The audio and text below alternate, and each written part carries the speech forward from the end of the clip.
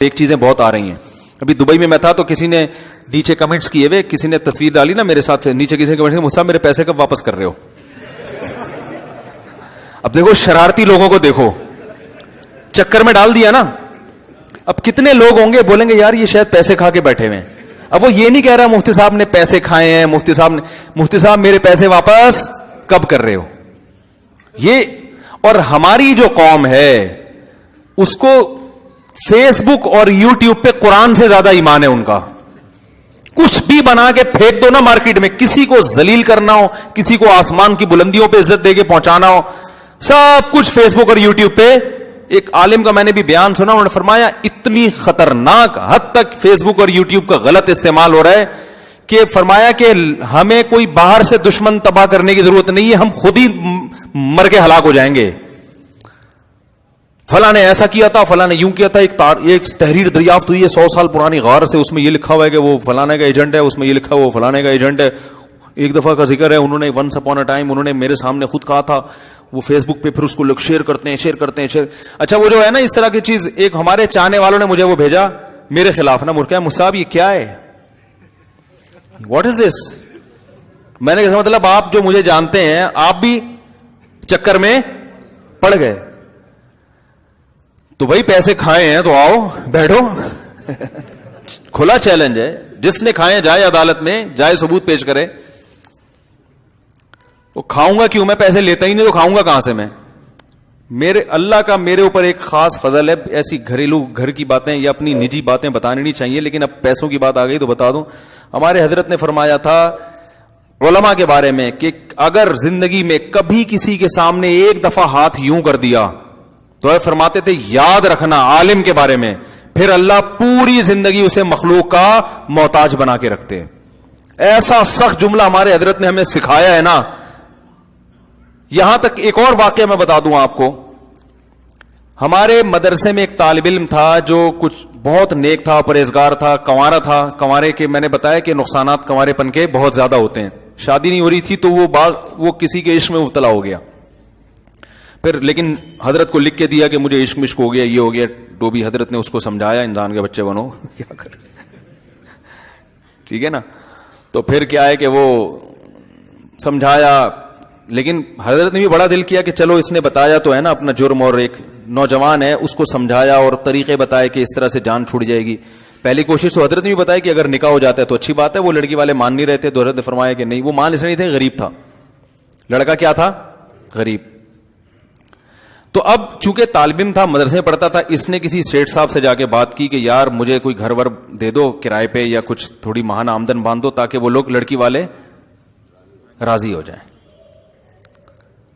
تو ہمارے حضرت مفتی رشید احمد صاحب کو جب یہ پتہ چلا نا تو اتنا غضبناک ہوئے, اسے اسی وقت مدرسے سے نکال دیا. فرمائے یہ جو عشق کا جرم ہے نا یہ قابل معافی ہے. یہ کیا ہے, آپ لوگ نا کہیں شروع کرتے ہیں کہ قابل معافی ہے تو مطلب یہ بھی جرم ہے, لیکن یہ میں اس کا علاج کریں گے, کوشش کریں گے. یعنی اس میں تھوڑا ایک نوجوان لڑکا ہے غلط اس میں چلا گیا, کوئی برائی کی نہیں, اس نے کوئی بھی چھیڑا بھی نہیں, اس کو ہاتھ بھی نہیں لگایا لڑکی کو. ایک دل کے کیفیات ہیں, غیر اختیاری کیفیات پیدا ہو گئے. چلو بھائی بچہ سمجھ کے, اپنی اولاد سمجھ کے اصلاح کی کوشش کریں گے. حضرت نے فرمایا میں صبح و شام استغنا پہ بیان کرتا ہوں کہ غیر اللہ کے سامنے ہاتھ نہیں پھیلانا. غیر اللہ, تم نے بھیک مانگی کیسے, ایسا نکالا ہے. وہ روتے روتے معافیا مانگتا رہا. فرمایا یہ نہ کہ میری تو صبح و شام کی تبلیغ ہی یہی ہے, استغنا استغنا استغنا. اللہ علماء کے بارے میں خاص طور پر عوام کو اتنا نہیں وہ کرتے تھے. جو عالم بن رہا ہے وہ مالدار کے سامنے ہاتھ پھیلا لے, یہ کہ تم تو بڑے ہو بھائی, تم تو سیٹ ہو. پھر حضرت واقعات سنایا کرتے تھے. استغنا پہ ہمارے حضرت, ہر بزرگ کی اپنی خاصیت ہوتی ہے نا. ارے ہر ایک کی ایک اپنی خاص کوالٹی ہوتی ہے جس میں وہ دوسروں سے ممتاز. ہمارے جو شیخ تھے نا مفتی رشید صاحب, ان کی کوالٹی تھی استغنا. انتہائی شدید غربت میں ایسے رہتے تھے جیسے ان سے بڑا سیٹھ دنیا میں کوئی ہے ہی نہیں. یہ خاندانی بات تھی ان کے اندر. ایسے رہتے تھے جیسے ان سے بڑا کوئی سیٹھ ہے ہی نہیں. 60 سال کی عمر تک روزانہ دال کھائی ہے, صحیح ہے نا.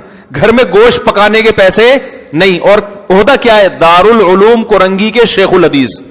سب سے بڑا عہدہ. ایک تو دارالعلوم کرنگی پاکستان کا سب سے بڑا مدرسہ, اور شیخ الحدیث کا عہدہ سب سے بڑا. حضرت مفتی تقی عثمانی اور حضرت مفتی رفیع عثمانی صاحب نے 8 سال ان سے پڑھا ہے, 8 سال. اتنے بڑے بڑے شاگرد. فرمانے میری تنخواہ اتنی تھوڑی تھی, وہ تو ہمیں بتاتے تھے عبرت کے لیے, فرمائے بتاتے ہوئے بھی ڈر لگتا ہے ناشکری نہ ہو جائے.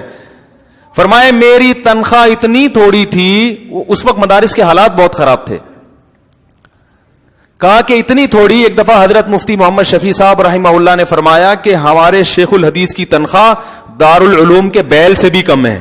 یعنی جو اس وقت زراعت بھی ہوتی تھی کرنگی میں نا, تو وہ بیل رکھے ہوئے تھے. فرمایا ان بیل پہ پھر بھی کچھ خرچ ہو جاتا ہے, اساتذہ پہ اتنی بھی تنخواہ نہیں ہے. اس میں فرمائے کہ ایک دفعہ ایک شخص آیا انڈے بیچنے کے لیے کہ بھئی آپ روزانہ کتنے انڈے خریدیں گے. انہوں نے فرمایا ہم نے کہا ہمارے پہلے سے انتظام ہے. حالانکہ فرمایا اصل بات یہ تھی ناشتے میں انڈا خریدنے کے پیسے نہیں تھے. گھر چھپڑ گا ایسے چھوٹا سا, اور سال میں ایک سفر لاہور کا ہوتا تھا اپنے شیخ کی زیارت کے لیے. فرمایا وہ تنخواہ سے تھوڑے تھوڑے پورے سال پیسے بچا کے سال میں ایک دفعہ اس قابل ہوتے تھے کہ ٹرین کے سفر سے, ٹرین کے ذریعے لاہور جائیں اور اہل اللہ کی زیارت کر کے واپس آئیں تاکہ کچھ ان سے سیکھیں. اول تو اتنا استغنا والے کو کیا سیکھنے کی ضرورت ہے بھائی, لیکن وہ کہتے تھے ہم ابھی بھی محتاج ہیں کہ ہم سیکھیں. اتنی غربت میں استغنا کیسا. فرمائے لوگ آ کے مجھ سے قرضے مانگتے تھے, سیٹ صاحب پیسے ہیں. کیونکہ آج کیا ہوتا ہے, بعض دفعہ انسان ایسے نہیں مانگتا, اپنے حلیے سے نا اور شکل سے یہ شو کرتا کہ بھائی زکات دینی ہو تو صرف میں ہی مستحق ہوں. اوپر سے کہہ رہے ہوں کہ نہیں بھائی ہم نے آج تک کبھی کسی کے سامنے ہاتھ نہیں پھیلایا, اللہ کا دیا بہت کچھ ہے. پھر رونا شروع کر دے گا کھڑے کھڑے. پھر کیا کرے گا. بعض لوگ ایسے چندہ مانگتے ہیں, کوئی اسٹائل دیکھو, جیسے ان کے گھر میں بچی کی شادی ہے نا, پیسے بھیک مانگنی ہے. ایک تو چلو غریب آدمی ہے, میں علماء کی بات کر رہا ہوں, عام آدمی کی نہیں. علماء کا تو حضرت فرماتے تھے استغنا وہ تو بادشاہوں والا ہونا چاہیے. عالم تو اللہ کا نائب ہے بھائی. فرمایا وہ تو بادشاہ, اس کا تو رزق اللہ نے, وہ دین کے کام میں لگ جائے اللہ کھلائے گا. ملا کا رزق, میں نے جو اپنے شیخ کا سب سے پہلا بیان سنا, اس بیان کا نام تھا ملا کا رزق. ہم جب بھی جہاں بھی جاتے تھے, مولوی بننا شروع کیا نا ہم نے, لوگ کہتے تھے کھاؤ گے کہاں سے, یہ سرٹیفکیٹ کی کوئی ویلیو ہے, نہ نیوی میں جاب ملے گی نہ آرمی میں ملے گی. اب تو خیر مل جاتی ہے, اور جو ہے کہیں بھی نہیں جاؤ گے, وہ ملا کھاؤ گے کہاں سے. ہم لوگ ہر وقت آنے سنتے تھے, باقی ہم بھی کبھی کھائیں گے کہاں سے. ٹھیک ہے, جاب تو کہیں ملے گی نہیں. مجھے 2 شوق تھے, ابھی چھوڑو کیا 2 شوق تھے. ایک تو سفر کا بہت شوق تھا, دنیا میں گھومنے کا.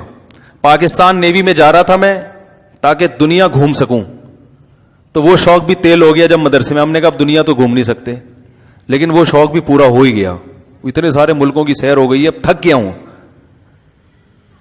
تو حالانکہ تصور میں نہیں تھا مولوی بن کے کہاں. ہم نے کہا ملا کی دوڑ مسجد تک, ہم تو مدرسے میں جائیں گے, پڑھائیں گے بچوں کو, مسجد میں آئیں گے, پھر گھر جائیں گے. وہ نیوی جو تھا نا, میرے والد صاحب نے پوری دنیا دیکھی. چین اور آسٹریلیا کے علاوہ دنیا کا ہر ملک ہمارے والد صاحب نے دیکھا ہے. چین, آسٹریلیا, پاکستان نیوی میں تھے تو ہم نے بھی کہا نیوی میں جائیں گے, گھومیں گے پھریں گے, دنیا کی سیر کریں گے. Join the navy and see the world لکھا ہوتا ہے نا اکثر, میں یہ دیکھ دیکھ کے اثر کرتا, سی دا ورلڈ. اور اچھی بات ہے, نیوی کے نوجوان گھومتے ہیں, دنیا سے بڑا فائدہ ہوتا ہے.